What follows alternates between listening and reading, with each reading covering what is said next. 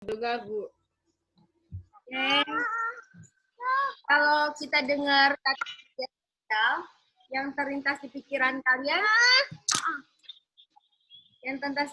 kalian, apa coba? Ada yang bisa jawab? Kalau dengar kata medsos, apa yang terlintas di pikiran kalian? Instagram, Bu. Apa, Rosa? Instagram, Bu. Instagram.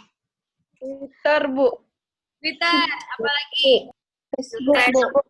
WhatsApp.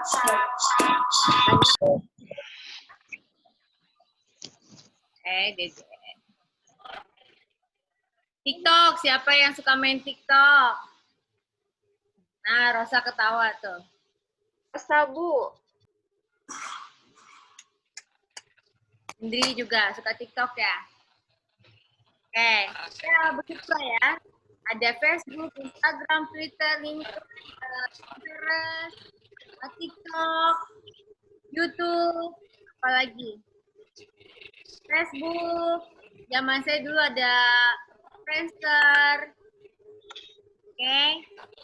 Dan ini hasil surveinya pengguna internet itu di Indonesia ya. Luar biasa ya. Oke, kita lihat. Sebenarnya, kalian tahu nggak? Ada namanya undang-undang. Bentar ya, saya ada iklan di sebelah sana. Aduh, bilang deh. Kita hapus.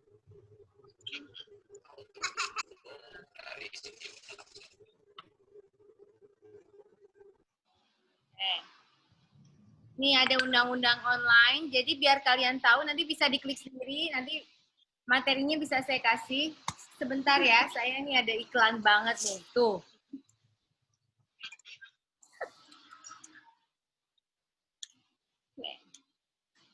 Jadi kalau kalian mau menggunakan medsos supaya terhindar dari resiko hukuman, harus paham regulasi yang ada.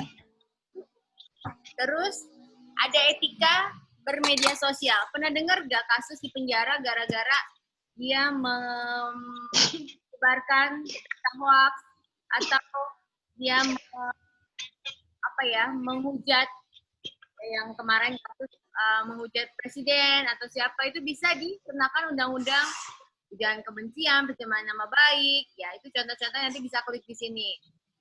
Jadi tipsnya gimana nih supaya terhindar dari risiko hukum? Pertama, harus ngerti dulu, minimal tahu regulasi hukumnya seperti apa.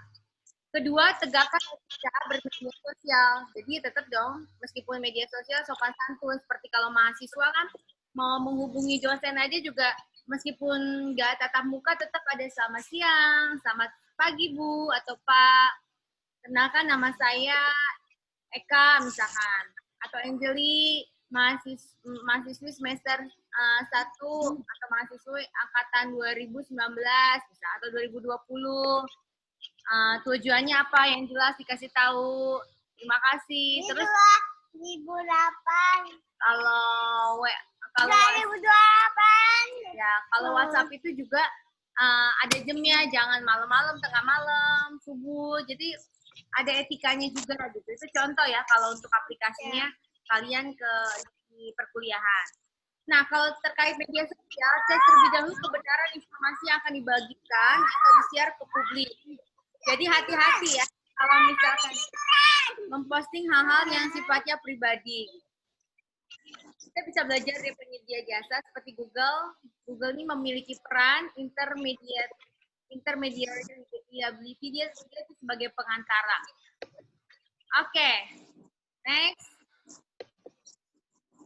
Before you post, saya dapat di googling ya, si browsing. Before you post, think. What is think? Is it true? Apakah itu benar beritanya? Jadi sebelum kita men-share, make sure, pastikan apakah berita yang kita share itu true. Jadi dari sumber terpercaya, kamu bisa browsing dulu, gali-gali sumbernya. Kedua, it's atau is it hurtful? Apakah itu bisa menyakitkan? Misalkan kamu mau post, kamu lagi sebel. Misalkan yang depan saya ada Indri sama Eka nih, yang kelihatan namanya. Misalkan Indri kesel ya, contoh. Indri kesel sama Eka nih, sama Eka. Terus, karena direbut pacarnya misalnya. Dia mau bikin status di medsos. Status misalnya, dasar Eka, kamu wanita di sensor. Nah, misalkan kayak gitu. Kamu mikir gak?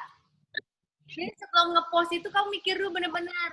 Itu kan baru katanya Stella misalnya. Baru katanya Sofian misalkan, baru katanya doang. Tapi belum tentu kebenarannya. Itu harus dipikirkan apakah itu menyakitkan hatinya Eka misalnya. Nanti kalau terlanjur kalian atau Indri share, misalkan Eka merasa tersakiti, apa nggak dosa? Jadi sebelum post itu benar-benar dipikirkan benar-benar. Is it illegal? Apakah itu ilegal? Misalkan kalian memposting bakal produk Prancis, misalkan yang kemarin rame. Atau apakah itu benar? Itu juga harus dipikirkan. Dan and is it necessary? Apakah itu perlu kita share? Misalkan ada berita tentang demo. Perlu nggak sih di-share tentang demo itu? Kalau nggak perlu, ya udah nggak usah di-share. Terus yang is it kind? Apakah itu baik?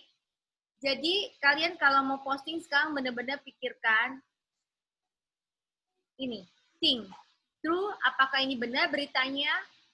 Apakah ini menyakitkan orang?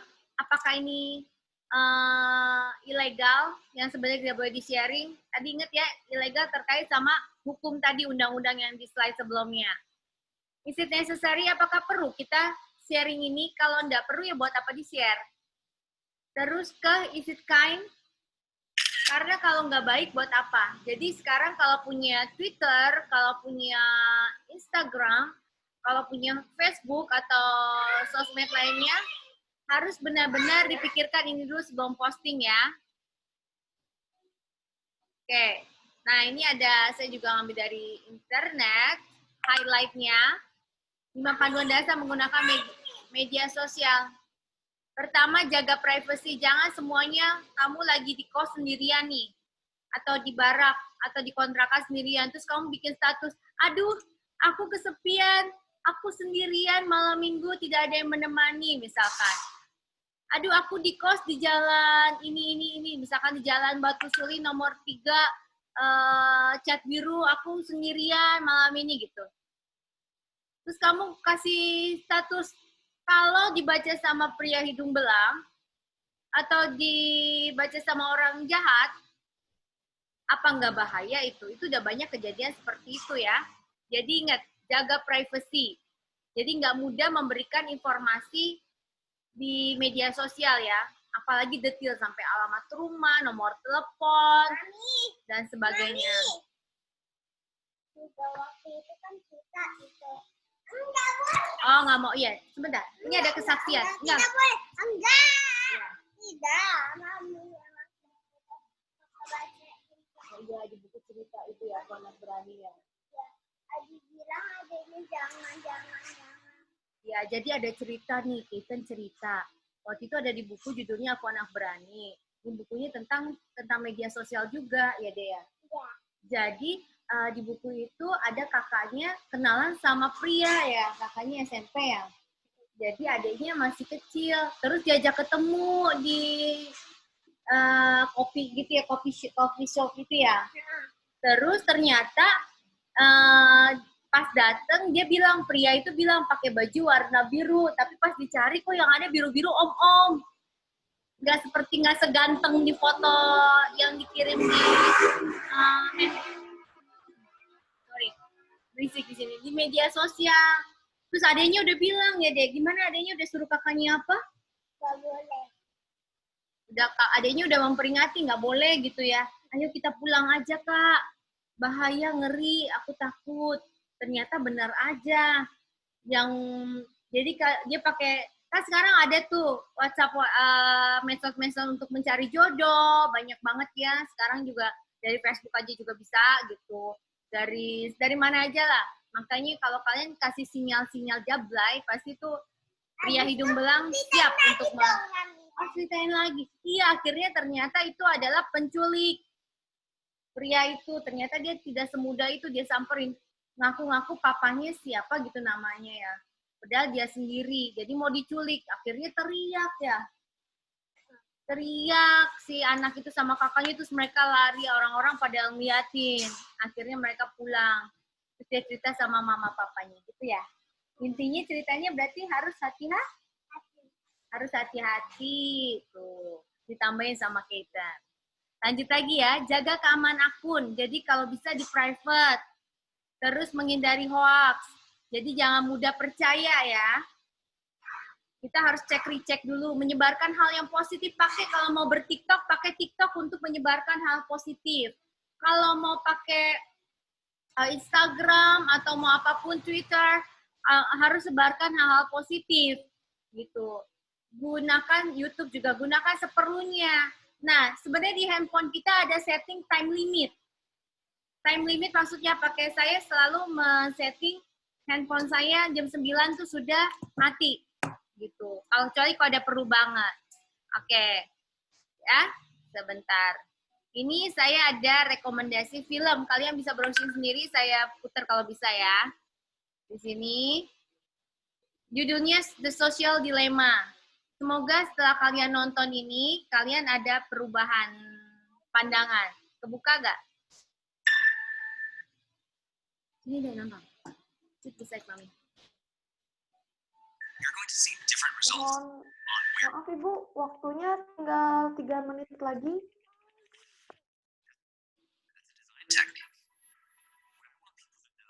Is that everything they're doing online is being watched, is being tracked. Every single action you take is carefully monitored and recorded. And Facebook's just a place to see what my friends are doing. What they don't realize is there's entire teams of engineers whose job is to use your psychology against you. Who's the co-inventor of Facebook like button? Who's the president of Pinterest, Google, Twitter, Instagram? Meaningful change is happening around the world because of these platforms. I think we're overnight on the flip side of that coin. Likes, thumbs up, and we conflate that with value, and we conflate it with truth. The whole generation is more anxious, more depressed. I always felt like fundamentally it was a force for good. I don't know if I feel that way anymore. Facebook discovered that they were able to affect real world behavior and emotions without ever triggering the user's awareness. They are completely clueless. They news spread 6 times faster than truth. Everyone's entitled to their own facts. There's really no need for people to come together. In fact, there's really no need for people to interact. Let's control it. We are what we believe. If you want to control the population of your country, there has never been a tool as effective as Facebook. We built these things and we have a responsibility to change it. The intention could be, how do we make the world better? If technology creates mass chaos, loneliness, more polarization, more election hacking, more inability to focus on the real issues, we're toast. Sebentar, emang filmnya nggak muncul, Kavia? Enggak, Bu. Iya Bu, filmnya nggak muncul. Enggak Iya muncul, Bu. Bu. Muncul gak? Yang lain muncul gak? Enggak, Bu. Nggak Bu. Enggak, Bu. Cuma Enggak, suaranya Bu. aja. Enggak, Bu. Enggak muncul, Cuma Bu. suaranya aja Bu. Ya, makan. Coba ya, saya... Sekarang muncul gak? Iya Bu, muncul Bu. sekarang. Kasih jempol ya. Oke, nanti kalian nonton sendiri aja ya. Itu linknya nanti cari aja, banyak kok. The Social Dilemma. Jadi contoh film itu membukakan wawasan kita. Hidup kita nggak Listen ditentukan to oleh... the ZDogg MD show. Jadi hidup kita tuh tidak ditentukan apa kata netizen atau apa kata orang ya. Iya, Bu. Jadi kalau di film itu ada contoh anak itu sampai dia tidak pede karena hidupnya itu ditentukan sama apa kata followernya. Sampai ada kalau yang penggemar K-pop, banyak artis K-pop yang suicide atau bunuh diri itu apa kata netizen kan? Jadi ingat kalian, hidup kalian bukan ditentukan apa kata sosmed, apa kata netizen, apa kata teman-teman atau yang di sosial media kalian. Tapi hidup kalian ditentukan oleh diri kalian sendiri di kehidupan nyata. Jadi bijaklah menggunakan sosial media. Nggak usah dengerin kalau ada teman baca status kayaknya nyindir-nyindir kalian, nggak usah baper. Udah, jadi fokuslah dengan apa yang ingin kalian capai ketika kalian kuliah ini. Ya, mungkin itu saja pesan saya. Nanti sambil kuliah, sambil jalan, kalau menemukan kesulitan, kalau silakan bisa menghubungi dosen pembimbing akademiknya masing-masing. Bisa untuk ceritakan kalau memang ada masalah apapun ya terkait dengan akademik atau hal-hal yang bisa mengganggu prestasi akademik kalian. Oke, selamat pagi. Iya, Bu. Terima kasih panitia Selamat pagi, Bu. semuanya. Terima kasih, Bu. Iya, Bu. Jadi, kesimpulannya ialah yang sudah disampaikan sebelumnya, yaitu menjaga privasi dan juga menjaga keamanan akun, dan jangan menyebarluaskan hoax, serta sebarkanlah hal-hal positif dan gunakan media sosial dengan seperlunya. Nah, untuk para peserta kreasi PG PAUD, Universitas Palangkaraya